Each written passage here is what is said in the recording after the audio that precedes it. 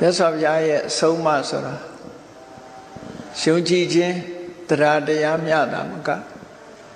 စဉ်းစားဆင်ခြင်ခြင်းသိမြင်ခြင်းလို့ဆိုရယ်ပညာတရားအရေးကြီးတယ်အဆုံးအမတရားကိုအသိပညာဖြင့်ဆင်ခြင်စဉ်းစားပြီးရှောင်ခြင်းနဲ့ဆောင်ခြင်းဆိုရယ်လုပ်ငန်းနှစ်ခုလုပ်ကြ냐အဲ့တော့ဘုရားကိုကိုးကွယ်တယ်ဆိုတာနတ်ကိုးကွယ်တာနဲ့မတူဘူးနတ်ကိုးကွယ်တာကတကုရှင်နတ်တို့ရဲ့ကျင့်နှံ့မှုကိုရယူခြင်းလို့လူတွေဟာပူဇော်ကြတယ်ဘာသာကြတနည်းအားဖြင့်တကုရှင်နတ်ကကိုယ့်ကိုကောင်းကျိုးချမ်းသာတွေပေးလိမ့်နုံမျှော်ကိုးပြီးတော့ပူဇော်ကြတယ်ကိုးကွယ်ကြတယ်ဘုရားကိုကိုးကွယ်တယ်ဆိုတာအဲ့ဒါနဲ့မတူဘူးဘုရားကိုကိုးကွယ်တယ်ဆိုတာအသိဉာဏ်ရဖို့ကိုးကွယ်တယ်အသိဉာဏ်ရပြီးတဲ့အခါကိုယ့်အားကိုယ်လှုပ်ကြတယ်တကယ်တော့ဘယ်သူကမှကိုယ်ကောင်းစားအောင်လာလုပ်ပေးနိုင်ဆိုတာမရှိဘူးငွေကြေးတနာတော့ပေးခြင်းပေးနိုင်မယ်ပစ္စည်းဥစ္စာပေးခြင်းပေးနိုင်မယ်အသိဉာဏ်နဲ့ကုသိုလ်ကောင်းမှုလို့ဆိုတာကြတော့ပေးလို့မရကိုယ်တိုင်လုံးမှကြီးပွားတိုးတက်တာဖြစ်တယ်အဲ့တော့အရေးကြီးဆုံးကဘာလို့ဆိုရင်အသိဉာဏ်ဟာအရေးကြီးဆုံးပဲမြတ်စွာဘုရားရဲ့အဆုံးအမတရားတွေအသိဉာဏ်ကိုဖော်ဆောင်ပေးတာဖြစ်သောကြောင့်အဲ့ဒီအဆုံးအမတရားတွေကိုများများနာယူမှတ်သားပြီးကိုယ်ဘာလုပ်ရမယ်ဆိုတာကိုယ်ပိုင်ဆုံးဖြတ်ပြီးတော့လုပ်ကြအဲ့ဒါလို့ဆိုလို့အဲ့တော့ဘုရားကိုကိုးကွယ်တယ်ဆိုတာဘုရားရဲ့အသိဉာဏ်ကိုယုံကြည်ခြင်းတရားတရားနဲ့ကိုးကွယ်တာဖြစ်လို့မြတ်စွာဘုရားရဲ့အသိဉာဏ်ကိုလေးစားပြီးဒီလိုအသိဉာဏ်နဲ့ဟောကြားဆုံးမထားတဲ့အဆုံးအမတွေဟာအလွယ်အမှားမရှိဘူးလုပ်ရင်လုပ်တဲ့အတိုင်းဖြစ်တယ်ဆိုတာယုံကြည်ဖို့နဲ့ကိုယ်တိုင်သိမြင်ဖို့အရေးကြီးတယ်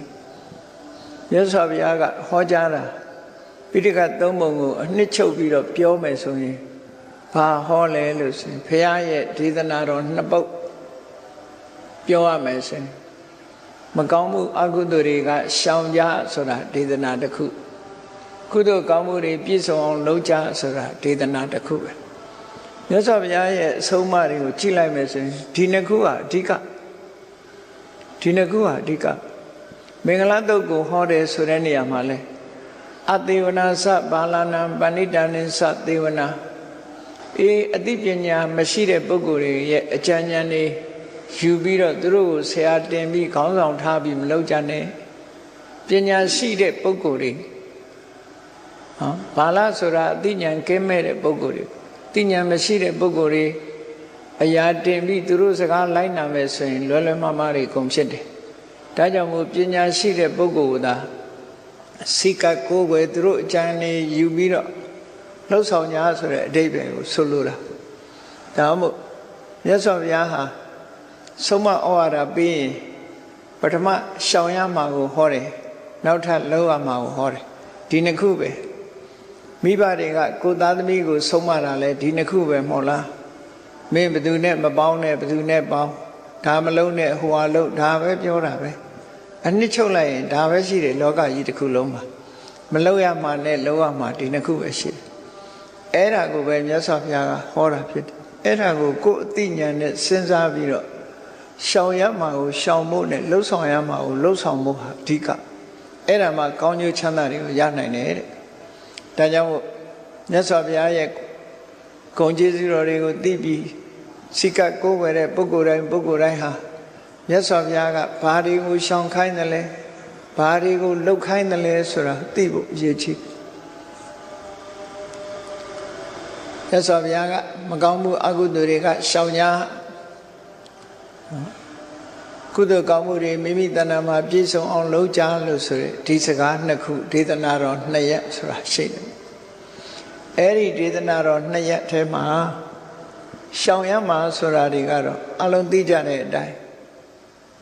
မကောင်းကျိုးကိုပေးတတ်တဲ့ဆင်းရဲဒုက္ခအကျိုးကိုပေးတတ်တဲ့အပြစ်ရှိတဲ့မကောင်းတဲ့အကုသိုလ်တရားတွေကရှောင်ကြရမှာဖြစ်တယ်ဒါမရှောင်လို့ရှိရင်လည်းကောင်းကျိုးချမ်းသာမရနိုင်ဘူးဆိုပါစို့ယောဂဝေဒနာဆွဲကပ်နေတဲ့လူတယောက်စီကြိုယောဂရှိတယ်ဆိုအချိုးရှောင်ဆိုတာလောက်ရတာပဲ သွေးတို့ယောဂရှိရင်လည်းအငန်းရှောင်ဆိုတာလောက်ရတာပဲရှောင်ရမှာဆိုတာရှိကိုရှိအဲ့ဒါလို့ရှောင်ရမှာကိုရှောင်ဖို့ဒါနံပါတ်1အရေးကြီးရှောင်ယုံနဲ့ပြီးလာလို့ဆိုမပြီးသေးဘူးလောက်ရမယ့်ဟာကိုလောက်အောင်အဲ့ဒါကြောင့်ရှောင်ရမယ့်ဟာကိုရှောင်ထားပြီးလောက်ရမယ့်ဟာတွေကိုလုံးဝကောင်းကျိုးချမ်းသာဆိုတာရနိုင်တယ်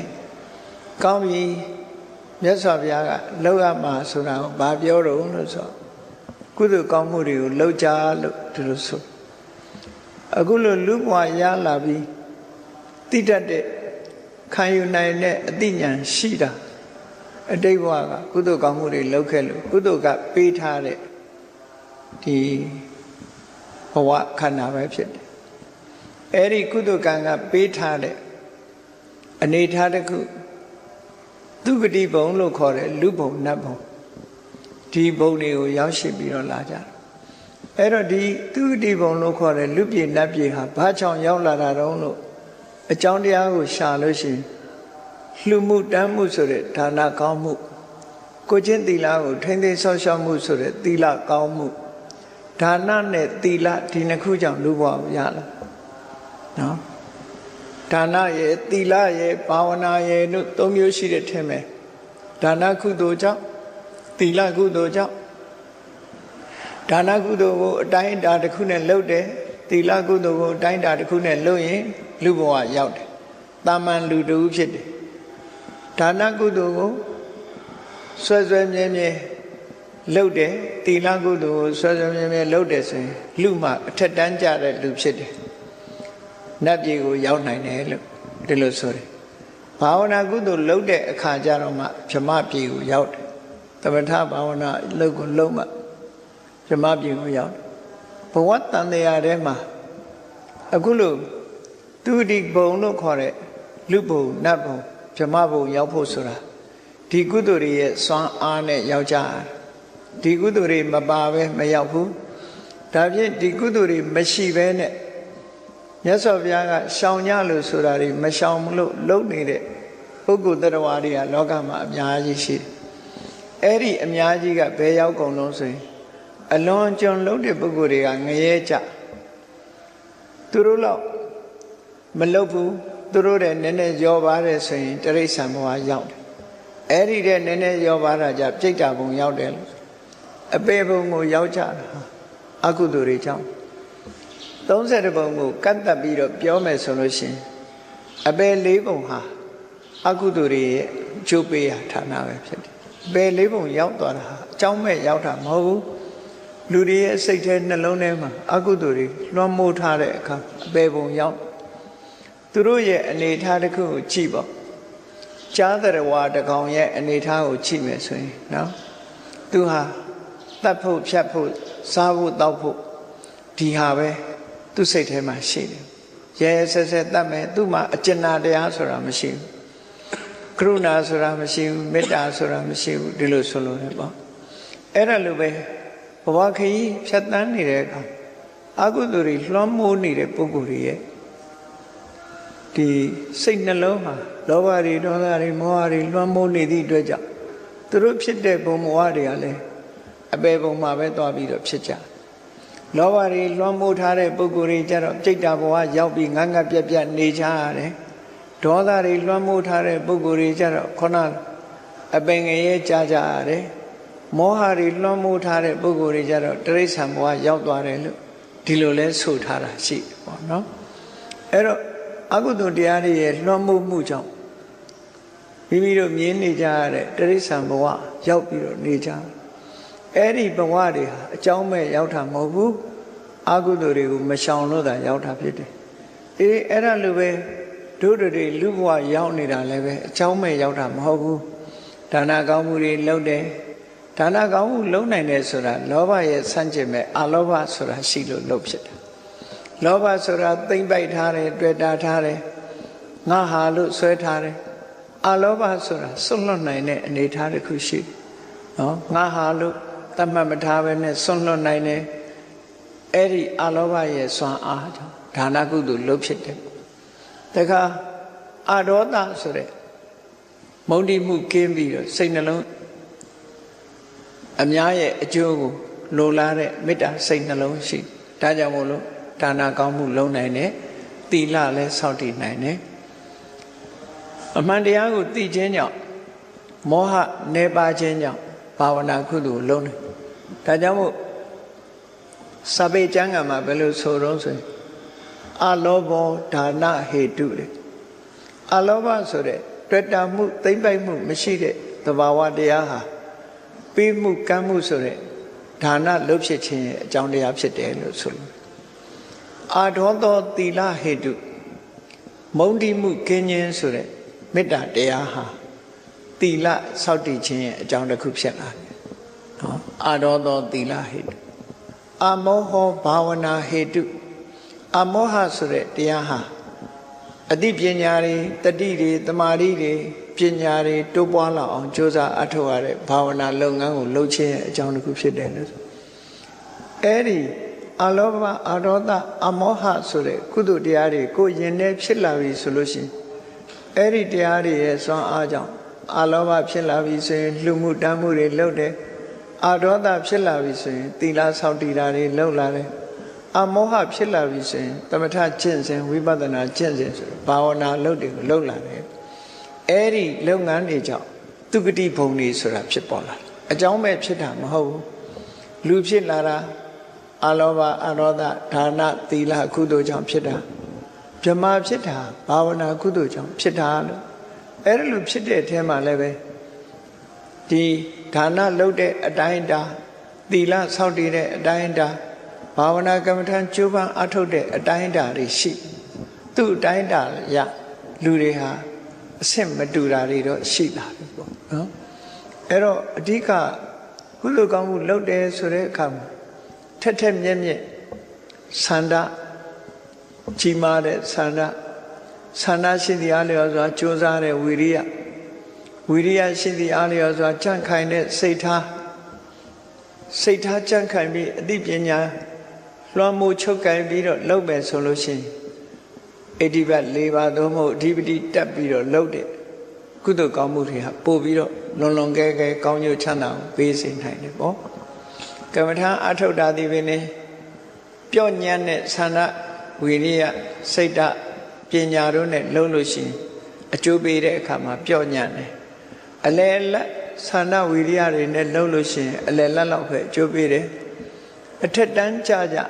ပြင်းပြင်းထန်ထန်ဆန္ဒဝိရိယတွေနဲ့လုံးမယ်ဆိုရင်အကျိုးပေးတဲ့အခါမှာအထက်တန်းကြတယ်လို့ဒီလိုကွဲပြားခြားနားမှုလေးတွေရှိတယ်ပေါ့ဒါကြောင့်မို့ကုသိုလ်ကောင်းမှုလုပ်တဲ့အခါမှာထက်တန်းတဲ့ဆန္ဒကြီးမားတဲ့လုံလဝိရိယကြံ့ခိုင်တဲ့စိတ်ဓာတ်ဆင်ញင်တုံတရားလို့ဆိုတဲ့ဝိမာန်သားတွေဥစည်းပြီးတော့လှုပ်ဖို့လိုအပ်တယ်တဲ့အဲ့ဒါလှုပ်လို့ရှိရင်ပို့ပြီးတော့အကျိုးရှိတယ်ပေါ့အဲ့တော့ကုသိုလ်ကောင်းမှုဆိုတာလှုပ်ရမယ်ကုသိုလ်ကောင်းမှုဟာဘယ်နည်းနဲ့ပဲဖြစ်ဖြစ်ကိုယ်တဏ္ဍာမှာကုသိုလ်ဖြစ်အောင်ကြိုးစားဘာကြောင့်ကြိုးစားရတယ်လဲဆိုလို့ရှိရင်ကုသိုလ်ဟာချမ်းသာဒုက္ခကိုပေးနိုင်တာဖြစ်တယ်လောကလူတွေလိုချင်တာဘာလိုချင်တာတုံးဆိုရင်ချမ်းသာဒုက္ခလိုချင်တယ်ချမ်းသာမှုကိုလိုချင်တယ်အေးပြောကြလိမ့်မယ်ချမ်းသာဒုက္ခလိုချင်တာမဟုတ်ပါဘူးပိုက်ဆံလိုချင်တာပါလို့ပြောကောင်းပြောလိမ့်ပိုက်ဆံကဘာအတွက်တုံးလို့မေးလို့ရှိရင်ပိုက်ဆံရတော့သုံးရတယ်စားရတယ်လိုချင်တာတွေရတယ်ဆိုအဲ့ဒီလိုချင်တာရမှုဆိုတဲ့ချမ်းသာကိုပဲမျှော်လင့်တာပါတကယ်ကတော့အဲ့ဒါကြောင့်နောက်ဆုံးအနှစ်ချုပ်လိုက်တဲ့အခါမှာချမ်းသာဒုက္ခကိုလိုချင်ကြတာကြီးပဲအဲ့ဒီချမ်းသာဒုက္ခကိုဘယ်သူကပေးနိုင်တုံးလို့ဆိုကုသိုလ်ကံကမှပေးနိုင်တယ်အမေဖေကပေးတဲ့ချမ်းသာဒုက္ခအမေကပေးတဲ့ချမ်းသာဒုက္ခအဖေကပေးတဲ့ချမ်းသာဒုက္ခဘိုးဘွားဆွေမျိုးတွေကပေးတဲ့ချမ်းသာဒုက္ခဆိုအနည်းငယ်လေးလောက်ပဲရှိတယ်နော်ဘဝတစ်ခုတည်ဆောက်နိုင်လောက်အောင်အင်အားမရှိဘူးအမေဖေကပတ်စံပေးခြင်းပေးနိုင်မယ်ဆွေမျိုးသားချင်းတွေကငွေကြေးပေးခြင်းပေးနိုင်မယ်ချမ်းသာဒုက္ခဆိုတာမလုံနိုင်ဘူးဘဝတစ်ခုမှာဒီအောင်မြင်ချီးပွားဖို့ဆိုတာကုသိုလ်ကောင်းမှုရှိမှလုပ်လို့ရတယ်ပေါ့ဆိုပါစို့ကျမ်းမာတန်ဆွမ်းပြီးယောဂကင်းတဲ့ဘဝမျိုးဆိုတာအမေကပေးလို့မရဘူးအဖေကပေးလို့မရဘူးကုသိုလ်ကံကသာပေးတာဒါကြောင့်လို့မိသားစုတွေမှာတချို့ကချမ်းသာတယ်တချို့ကမချမ်းသာဘူးတချို့ကချမ်းသာတယ်တချို့ကမချမ်းသာ တချို့ကအသက်ရှည်တယ်တချို့ကအသက်တူစုကြုံနေဖြင့်ကွဲသွားတာဘာကြောင့်လဲလို့ဆိုရင်သူတို့လုပ်ခဲ့တဲ့ကုသိုလ်ကံတွေကြောင့်ဖြစ်တာနော်ကုသိုလ်ကံတွေရဲ့အနေအထားတစ်ခုပေါ်မှာမူတည်ပြီးမတူညီမှုတွေဖြစ်တယ်ဒါကြောင့်မို့မြတ်စွာဘုရားကကမ္မံတတ္တိဝိပစ္စတိယတိတံဟိနနေတတယထက်တန်းကြတာအောက်တန်းကြတာဘယ်သူကအဆင့်ကိုသတ်မှတ်သွားတော့ဆိုရင်ကိုလုံးတဲ့ကုသိုလ်ကံတွေသတ်မှတ်မိသားစုတူဦးထဲမှာညီကိုမောင်နှမအရင်ခြာကြီးဖြစ်တော်လဲပဲအဲ့ဒီအဆင့်ဆိုတာကွာသွားတာအဲ့ဒီကွာတာကိုဘယ်သူကခွဲပေးတော့ဆိုကံတရားပဲကိုလုံးခက်တာတွေကြတော့မတူကြဘူးဒါကြောင့်မို့ကုသိုလ်ကောင်းမှုလုပ်တဲ့အခါမှာကံကံရဲ့အကျိုးကိုသိမြင်ခြင်းဆိုတဲ့အသိဉာဏ်ရှိဖို့လိုအပ်တယ်စိတ်အားထက်သန်မှုဆန္ဒပြင်းပြမှုဒေါသဝိရိယရှိမှုဆိုတာတွေလိုအပ်တယ်စိတ်ထက်တိမှတ်မှုဆိုတာတွေလိုအပ်တယ်အဲ့ဒါတွေနဲ့လုံးဝကုသိုလ်ကောင်းမှုဆိုတာပြည့်ပြည့်ဝဝရနိုင်တာမျိုးဖြစ်တယ်မောဒါကြောင့်မို့ဘာကုသိုလ်ပဲလုပ်လို့ကုသိုလ်ဆိုတာသူခောပုံညတ္တဥစ္စယောလို့ဆိုတဲ့အတိုင်းကုသိုလ်ကောင်းမှုတွေကိုယ်တဏ္ဍမှာများပြားလာလို့ရှိရင်ချမ်းသာဒုက္ခရလာတယ်လူဘဝမှာကြည့်အခြေအနေကောင်းတွေအစာကောင်းတောက်ဖွယ်ရာတွေကျမ်းမာစေတတ်တဲ့အစာအာဟာရတွေဆေးဝါးတွေဒါတွေမိဝဲသုံးဆောင်နေလို့ရှိရင်ကျမ်းမာရေးဟာကောင်းတဲ့ကောင်းလာတယ်လို့ပဲလူတွေမှာလည်းပဲကုသိုလ်ကောင်းမှုတွေများပြားလာလို့ရှိရင်ထိုကုသိုလ်ကံရဲ့အကျိုးတရားတွေဟာပေါ်လာမှာပဲဖြစ်တယ်နော်သုခောပုံညတ္တဥစ္စယောပုံညတ္တကုသိုလ်ကောင်းမှုဥစ္စယောမိမိတဏ္ဍာမှာစုမိဆောင်းမိရှိခြင်းဟာသူခောချမ်းသာဒုက္ခရခြင်းအကြောင်းစစ်ဖြစ်တယ်လို့ဒီလိုဆိုလောကလူတွေကတော့တစ်မျိုးတွေးတယ်ချမ်းသာဖို့ဆိုတာတို့ပိုက်ဆံများများရှိရမယ်လို့တွေးကောင်းတွေးလိုက်မယ်ပိုက်ဆံရှိတိုင်းချမ်းသာသလားဆိုတော့ပိုက်ဆံရှိတိုင်းဘယ်ချမ်းသာမှာတော့ပိုက်ဆံရှိလို့ချမ်းသာတယ်ဆိုတာအဋ္ဌိဒုက္ခငါမှရှိတယ်ဆိုတဲ့အတွေးနဲ့ချမ်းသာတခုကဘောဂဒုက္ခစားရတဲ့ချမ်းသာကြွေးကင်းတဲ့အနန္တယဒုက္ခဒီချမ်းသာမျိုးလေးတွေတော့ရှိမှာပေါ့အဲ့ဒီချမ်းသာဟာတကယ်တော့အစစ်မှန်ချမ်းသာမဟုတ်ဘူးတည်တံ့ခိုင်မြဲတဲ့ချမ်းသာမဟုတ်ဘူးပိုက်ဆံရှိလို့တောကရောက်တဲ့လူတွေအများကြီးပဲပိုက်ဆံရှိလို့ဒုက္ခရောက်တဲ့လူတွေလည်းအများကြီးကြည့်ငွေကြေးတနာများလာပြီဆိုတဲ့ပုဂ္ဂိုလ်တွေဟာကိုယ်စိတ်ထဲမှာတောကတွေဖြစ်လာရနော်ချမ်းသာလေးလေးဆိုရင်တောကများလေးလေးဒီလိုဖြစ်လာအဲ့ဒါကြောင့်မလို့ချမ်းသာဒုက္ခဆိုတာငွေကြေးတနာကအပြည့်အဝမပေးနိုင်ဘူးငွေကြေးတနာကိုအပြည့်အဝပေးနိုင်တဲ့ချမ်းသာဆိုတာမရှိဘူးအမတန်မှရှားပါတယ်အပြည့်အဝမပေးနိုင်တကယ်ချမ်းသာအစစ်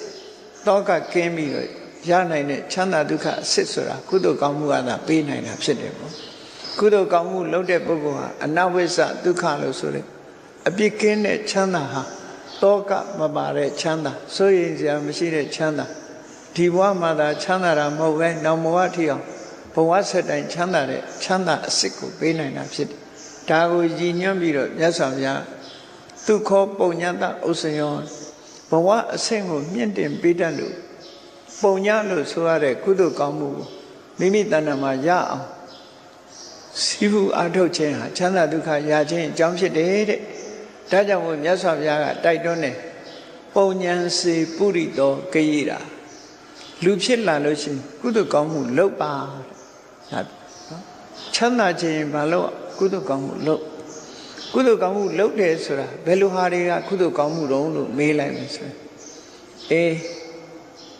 ပတ်စံမရှိလို့မလှူနိုင်ဘူးဆိုတဲ့လူတွေကငါတို့တော့ဒါနကောင်းမှုမလုပ်နိုင်ဘူးလို့ထင်ကောင်းထင်လိမ့်မယ်မဟုတ်ဘူးဆွန်လေးတစ်စုံလောင်းတာလဲဒါနကောင်းမှုပဲနော်ကိုစားတဲ့ထဲကတလုံးတစုခွဲခြားလှူတာလဲဒါနကောင်းမှုပဲဖះပန်းလေးတစ်ပွင့်တင်လိုက်မယ်စီမီလေးတစ်တိုင်းလှူမယ်ရေချမ်းလေးတစ်ခွက်ကပ်မယ်ဒါတွေကဒါနကောင်းမှုတွေပဲကိုစားတဲ့ထဲကတနေ့တစ်လုံးဆိုတာဘယ်သူပဲဖြစ်ဖြစ်ခွဲဝေပေးနိုင်တယ်ပေါ့အဲ့ဒါလို့ပေးကမ်းလှူဒန်းခြင်းဟာလည်းဒါနကောင်းမှုဆိုတာဖြစ်တယ်အဲ့တော့ဒါနဆိုတာမဖြစ်ဖြစ်အောင်ကြိုးစားအထောက်အပြောသီးလေးတစ်လုံးစားရင်ရော့တချမ်းဆိုပြီးသူများပေးတာဒါနပဲနော်ဘယ်သူကြွေးကြွေးဒါနကောင်းမှုဖြစ်တယ်အဲ့ဒါလို့မုံလေးတစ်ချက်စားလည်းပဲသူများကိုတစ်ဖက်ပေးတယ်ကော်ဖီလေးတစ်ခွက်တောက်ရင်လည်းပဲဟုတ်လားတဝက်ခွဲပေးတယ်ဒါတွေကဒါနကောင်းမှုတွေဒါကြောင့်လို့မဂ္ဂဒေဝလင်္ကာထဲမှာ ရေအေးတစ်ခွက်စီတစ်စက်နဲ့လက်ဖက်တယိုးကြံတချိုးမြတ်နော်ကြံတချိုးမြတ်မျက်နှိုးချီပြူဒါနဟူသည်ကုသိုလ်ကောင်းမှုရရပြုလောအေးတို့တော့လှူစရာမရှိလို့မလှူရဘူးဆိုတဲ့လူမျိုးတွေမဖြစ်ရအောင်ရေအေးတစ်ခွက်စီတစ်စက်နဲ့လက်ဖက်တယိုးကြံတချိုးမြတ်မျက်နှိုးကြည်ဖြူဒါနဟူသည်ကုသိုလ်ကောင်းမှုရရပြုလှုပ်ဖြစ်အောင်လုပ်ရမယ်လို့ဆိုဒါနကောင်းမှုရဲ့အကျိုးလွန်ဘဝမှာပြည့်ပြည့်စုံစေတဲ့အရာတစ်ခုသုတ္တန်တစ်ခုမှာဟောတယ်အနမေဝဘိနန္ဒန္တိဆိုတဲ့သုတ္တန်မြတ်စွာဘုရားဘယ်လိုဟောထားလဲဆိုလောကမှာစားစရာတောက်စရာအဝတ်အစားကောင်းပြီဆိုတဲ့အရာတွေဟာဒါနရှိတဲ့ပုဂ္ဂိုလ်စီစုပြုံရောက်သွားတယ်တဲ့ဒါနမရှိတဲ့ပုဂ္ဂိုလ်စီကတော့ရှားပါနေမှာပဲအမြဲတမ်းဒါလည်းတတိထားစရာကောင်းတယ်နော်တတိထားစရာကောင်းတယ်တချို့ကြတော့စားစရာတွေပြည့်ဝပြီးမကုံနိုင်တော့အောင်ပေါ်ပါတယ်ဆိုတဲ့နေရာမှာဒီမဲ့ပင်လယ်ထဲမှာမိုးရွာတယ်လို့ပဲရေရှိတဲ့နေရာမိုးရွာတယ်လို့ပဲဒါတွေကအကြောင်းမဲ့ဖြစ်တာမဟုတ်ဘူးအလားတူဖြစ်တာမဟုတ်ဘူးဒါနကောင်းမှုရှိတဲ့ပုဂ္ဂိုလ်စီမှာပစ္စည်းဥစ္စာတွေဆိုတာစုပြုံရောက်လာစမြဲပဲဒါသူဌာနရဲ့ကောင်းမှုအေးဒါနကောင်းမှုမရှိဘူးဆိုလို့ရှိရင်သူများပေါ်သလောက်သူ့မှာရှားနေတတ်တယ်ဒါနမရှိလို့ရှိရင်ဒီလိုဆိုလို့တယ်နောက်ဆုံးမှာဒါနမလုပ်ယုံမြမကဒါနရဲ့ဆန့်ကျင်ဘက်ဖြစ်တဲ့မစ္စရိယသူများပေးတာကန္နာတောင်မှနှမျိုးဝန်တိုးတယ်ဆိုတဲ့မစ္စရိယတရားလွှမ်းမိုးပြီးမလှူရအောင်မတားရအောင်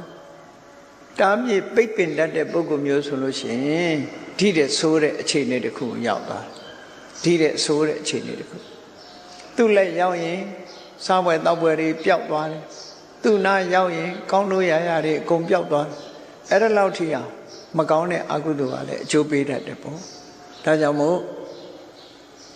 ဒီကုသိုလ်ကောင်းမှုဆိုတာလုပ်ရမယ်တဲ့မြတ်စွာဘုရားပုံညာစေပုရိသောကိယတာကုသိုလ်ကောင်းမှုလုပ်ပါတဲ့ဒါဖြင့်လုပ်ပြီးဆိုရင်ရောအဲ့ဒီကုသိုလ်ကောင်းမှုလုပ်ပြီးဆိုရင်ကိယတာနံပုဏ္ဏပုဏ္ဏချိန်ချိန်ထပ်ထပ်လုပ်ကုသိုလ်ကောင်းမှုလုပ်မယ်ဆိုရင်အချိန်ချိန်လုပ်တခါလေးနဲ့ဂျင်းတ်မနေနဲ့ဘာဖြစ်လို့အချိန်ချိန်လုပ်ခိုင်းတာတော့ဆိုရင်ကောင်းကျိုးချမ်းသာတွေရစေခြင်းလို့လူကလည်းကောင်းကျိုးချမ်းသာတွေရခြင်းဒါကြောင့်ကုသိုလ်လုပ်တယ်ဆိုအချိန်ချင်းထပ်ထပ်လုပ်ကောင်းတဲ့လုပ်ဆိုတာထပ်ထပ်လုပ်ဖို့လိုအပ်တယ်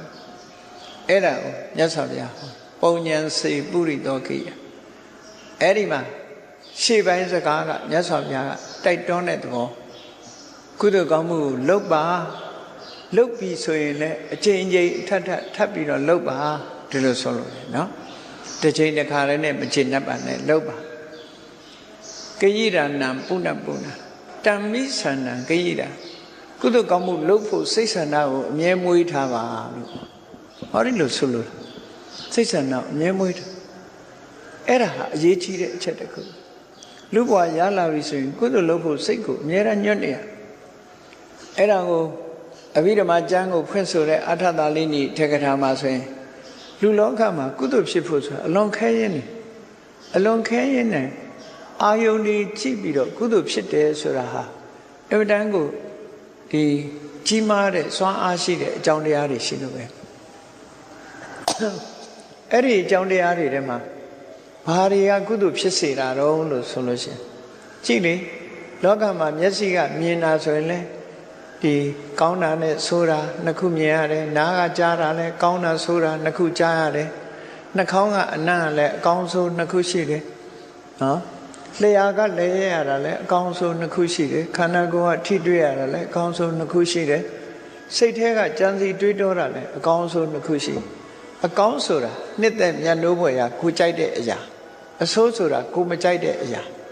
အဲ့တော့အကောင်းနဲ့တွေ့ရင်ဘာဖြစ်လဲလောဘဖြစ်တယ်အဆိုးနဲ့တွေ့ရင်ဘာဖြစ်လဲဒေါသဖြစ်တယ်ဟောနော်အာယုံကတာမန်အားဖြင့်ကြည့်မယ်ဆိုရင်အကောင်းတွေ့ရင်လိုချင်တယ်အဆိုးတွေ့ရင်မလိုချင်ဘူး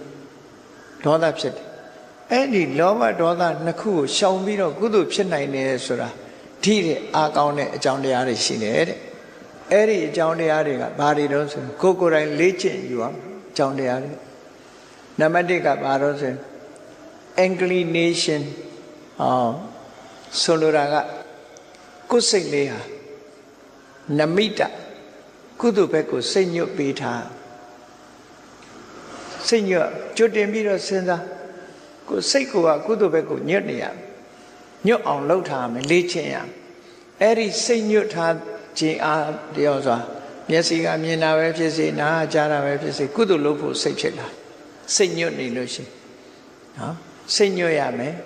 နောက်တစ်ခါနှလုံးသွင်းထားရမယ်အားလုံးနှလုံးသွင်းတာကဒီဘာပဲတွေ့တွေ့ကုသိုလ်ဖြစ်အောင်စဉ်းစားမယ်ဆိုတဲ့နှလုံးသွင်းကုသိုလ်ဖြစ်စေရကိုယ်စိတ်ဟာကုသိုလ်ဖြစ်စေရမယ်လို့အဲ့ဒီလိုနှလုံးသွင်းထားရမယ်အဘုစိတနောက်တစ်ခါကျတော့ဘာလို့ဆိုသမုဒ္ဒါစာအလေးအကျင့်လေးတစ်ခုလုပ်တာဘာဖြစ်ဖြစ်ကုသိုလ်ဘက်ကိုလေ့ကျင့်မှုလေးတစ်ခုလုပ်တာဥပမာမနဲ့ဆိုရင်အိယာစောစောထားရင်ဘုရားရှိခိုးတယ်ဆိုအလေးကျင့်လေးတစ်ခုလုပ်တယ်အိယာကနိုးတာနဲ့နမောတတရွတ်တယ်ဆိုတဲ့အလေးကျင့်လေးတစ်ခုလုပ်တယ်အဲ့ဒါလို့အလေးအကျင့်စိတ်နှလုံးညွတ်ထားခြင်းဒီစိတ်ညွတ်ထားခြင်းလေ့ကျင့်ထားခြင်းစိတ်ကိုဒီညွတ်ကိုင်းထားခြင်းအလေးအကျင့်လှုပ်ထားခြင်းဆိုတဲ့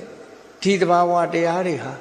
ကုသိုလ်ဖြစ်စေဖို့အတွက်အများကြီးထောက်ကူဖြစ်တယ်လို့ဒီလိုဆိုတာနော်အများကြီးထောက်ကူဖြစ်ကြည့်လေစဉ်းစားကြည့်ပန်းလှလှလေးတွေ့ရင်လူ2ယောက်တစ်ယောက်ကဘာလုပ်မလဲဆိုရင်အမျိုးသမီးတွေဆိုရင်ပန်းနှစ်သက်တဲ့ပန်းကြိုက်တဲ့မျိုးသမီးတွေဆိုပန်းလှလှလေးမြင်ရင်ဘာလုပ်ခေါင်းမှာပန်းမဲဆိုစိတ်ကူးပေါ်တဲ့လူကတစ်ယောက်သို့မဟုတ်အိမ်မှာစပွဲပေါ်မှာအလှထိုးထားမယ်လို့စိတ်ကူးပေါ်တဲ့လူကတစ်ယောက်ဟောနောက်တစ်ယောက်ကျတော့ပန်းလှလှလေးမြင်ရင်ဖះကိုလှူမယ်ဆိုစိတ်ကူးပေါ်တဲ့လူကတစ်ယောက်မတူဘူးတစ်ယောက်နဲ့တစ်ယောက်စိတ်ကူးပေါ်တာချင်းမတူအဲ့ဒါဘာကြောင့်စိတ်ကူးချင်းကွဲနေတယ်လဲလို့ဆိုရင်စိတ်ညွတ်နေမှုကကွာခြားတယ်ပေါ့အလှပါကြိုက်ပြီးပန်းညင်တဲ့လူကကြတော့ပန်းမို့ပဲစိတ်ကူးတယ်အေးဖះကိုကြီးညိုလေးစားပြီးဖះပန်းတင်လေးရှိတဲ့ပုဂ္ဂိုလ်ကပန်းလှတာမြင်တာနဲ့ဖះလှူဖို့ဆိုတာစိတ်ညွတ်သွားအဲ့ဒီလူဟာမျိုးကိုဆိုလိုတာနော်အဲ့လိုဟာမျိုးစားကောင်းတောက်ဖွယ်လေးစားတဲ့အခါမှာလဲထိုးတူပဲကြည့်ဩကိုကောင်းတာလေးစားလိုက်ရရင်ဟာဒါလေးလှူချင်လိုက်တာသူတို့လည်းကြိုက်ကြမှာပဲဆိုရယ်ဟောအတွေးဝင်တာတစ်မျိုးငါဝအောင်စားမယ်နောက်တစ်ခါလာစားအောင်မယ်နေတိုင်းဒါစားမယ်လို့တွေးတဲ့လူကလည်းတွေးမှာပဲအဲ့တော့ကိုယ်စိတ်လေးဟာကုသိုလ်သာဖြစ်စေရမယ်ဆိုတဲ့ဒီနှလုံးသွင်းဆုံးဖြတ်ထားချက်ပေါ့အဲ့ဒီနှလုံးသွင်းဆုံးဖြတ်ထားချက်လည်းရှိရမယ်ကုသိုလ်ဘက်ကိုစိတ်ညွတ်နေတာလည်းရှိရမယ်အလေးအကျင့်လုပ်ထားတာလည်းရှိရမယ်မှန်ကန်တဲ့နှလုံးသွင်းလည်းရှိရမယ်အဲ့ဒီလို၄မျိုးနဲ့တစ်ခုခုရှိမှကုသိုလ်ဆိုတာဖြစ်လာနိုင်တာဖြစ်တယ်ဒါကြောင့်မို့မြတ်စွာဘုရားကတံမိဆန္ဒံဂိရိတာထကုသိုလ်လုပ်ဖို့အတွက်စိတ်ဆန္ဒကိုမွေးထားပါအဲ့ဒီမွေးထားမှကုသိုလ်ဆိုတာဖြစ်တယ်လို့ဒီလိုဟောအဲ့ဒီဖြစ်ပေါ်လာတဲ့ကုသိုလ်တရားဟာတင်ညိတတတကံဟောတိတင်စအာရာယခိစ္စတိကိုယ်စိတ်ထဲမှာဖြစ်တဲ့အရာဟာကိုယ်နဲ့သက်ဆိုင်နော်ကိုယ်စားလိုက်တဲ့အစားအစာဟာကိုယ်နဲ့မတက်ရင်လည်းကိုယ်ပဲတဲ့လို့ရှိရင်လည်းကိုယ်ပဲအကျိုးပြုမှာပဲဖြစ်တယ်ထို့တူပဲကိုယ်စိတ်နှလုံးထဲမှာဖြစ်ပေါ်သွားတဲ့သဘာဝတရားတစ်ခုဟာကောင်းကျိုးချမ်းသာပေးရင်လည်းကိုယ်ပေးမှာပဲဆိုးကျိုးပေးရင်လည်းကိုယ်ပဲပေးမှာပဲဒါကြောင့်ဒါကိုဆွလို့တာတင်ညိတတတကံဟောတိကိုယ်ဟာဖြစ်သွားနော်ကိုယ်တဏ္ဍာမှာဖြစ်လိုက်တဲ့သဘာဝတရားတစ်ခုဟာကိုယ်ဟာဖြစ်သွားကိုယ်ဟာဖြစ်သွားရင်ဘဝခရီးထွက်တဲ့အခါမှာတင်စအာရာယခိစ္စတိအဲ့ဒါကိုပဲယူသွားရမှာဖြစ်တယ်ဟောတင်စအာရာယခိစ္စတိပုံညာနိပရလောကသမိန်ပဋိဋ္ဌာဟောတိပါဏိအဲ့ဒီမှာကုသိုလ်ကောင်းမှုတွေများများလုပ်သွားမယ်ဆိုရင်တော့တမလွန်လောကခရီးမှာကိုယ့်အတွက်အားကိုးစရာဖြစ်မှာပါဒီဘဝမှာဆိုရင်အားကိုးဖို့ရအမေရှိတယ်အဖေရှိတယ်ဆွေတွေမျိုးတွေရှိတယ်ကိုရှာဝေစုဆောင်းထားတဲ့ပစ္စည်းတွေရှိတယ်အထိုက်အသင့်လျောက်အားကိုးရတမလွန်ဘဝသွားပြီဆိုရင်ဒါတွေကအကုန်ထားခဲ့ဒါတွေထားပြီးတယောက်တည်းသွားရမှာအားကိုးစရာမရှိဘူးအဲ့ဒီအားကိုးစရာဆိုတာကုသိုလ်ကောင်းမှုသာဖြစ်တယ်လို့မြတ်စွာဘုရားကဒီလိုဟောတာအဲ့ဒီကုသိုလ်မျိုးကိုတို့တွေဒီကနေ့လုပ်ရပြီနော်ကံထမင်္ဂလာဆင်ကျင်းပပြုလုပ်ပြီးတန်ဃာတော်ရှင်မြတ်တွေကိုဆွမ်းခဲဝဲဘောဇင်ချိုးချင်းရတာဖြေပြဆက်ကရတယ် မဟာသူဘောတော်အကြောင်းတိုက်တန်ဃာတော်240ကျော်တို့ဟာအာယုံစွမ်းနေစွမ်းဆက်ကလှူထမ်းလိုက်ရတဲ့ကုသိုလ်ကောင်းမှုတို့လုံးလိုက်ရပြီ။မောခကျုပ်ဆရာတော်ကြီးကဓမ္မပူဇာအလှူတော်ငွေဓမ္မပူဇာအဖြစ်3 သိန်းကျပ်တို့မှာဖြစ်ပေါ်လာသောစွမ်းသင်္ကန်းကျောင်းစစ်ပစ္စည်းလေးပါးကိုလှူဒန်းခြင်းဆိုတာလေဓမ္မပူဇာအနေနဲ့လှူလိုက်ရပြီအထုပင်တန်ဃာ18ပါးသင်္ဝင်တန်ဃာ18ပါးတို့အားလေသင်္ကန်းတွိဆုံတစုံစီထီတလက်စီတပည့်ကြီးတစ်ထည့်စီနဲ့နဝကာမဝတ္ထုငွေ2000ကျပ်စီတို့မှာဖြစ်ပေါ်လာသောပစ္စည်းလေးပါးကိုတို့လှူလိုက်ရပြီမဟာသူဘောတော်ကျောင်းတိုက်တန်ဃာတော်240ကျော်တို့အားတပည့်တစ်ထည့်စီလှူဒန်းရခြင်းဆိုတဲ့အလှူဒါနကိုလည်းတို့လုံးလိုက်ရပြီလို့တို့လုံးသမျှဟာတို့ရဲ့ကိုယ်ပိုင်မြတာဖြစ်ပြီဒါတွေဟာပုံညာနိပရလောကသမိပဋိဋ္ဌာဟောတိပါဏိနာလို့ဆိုတဲ့အတိုင်းဒီကုသိုလ်ကောင်းမှုတွေကဘဝတန်တရားခရီးမှာဒီကနေ့ကစပြီးတို့ပိုင်ဆိုင်တာဖြစ်လို့ဘဝတန်တရားခရီးမှာတို့ရဲ့အားကိုးရာတွေဖြစ်မှာဖြစ်တယ်လို့ကိုယ်စီယုံကြည်အားထားပြီးမြတ်ဗုဒ္ဓရဲ့အဆုံးအမတရားကိုလိုက်နာကျင့်သုံးနိုင်ကြပါစေကုန်သတည်း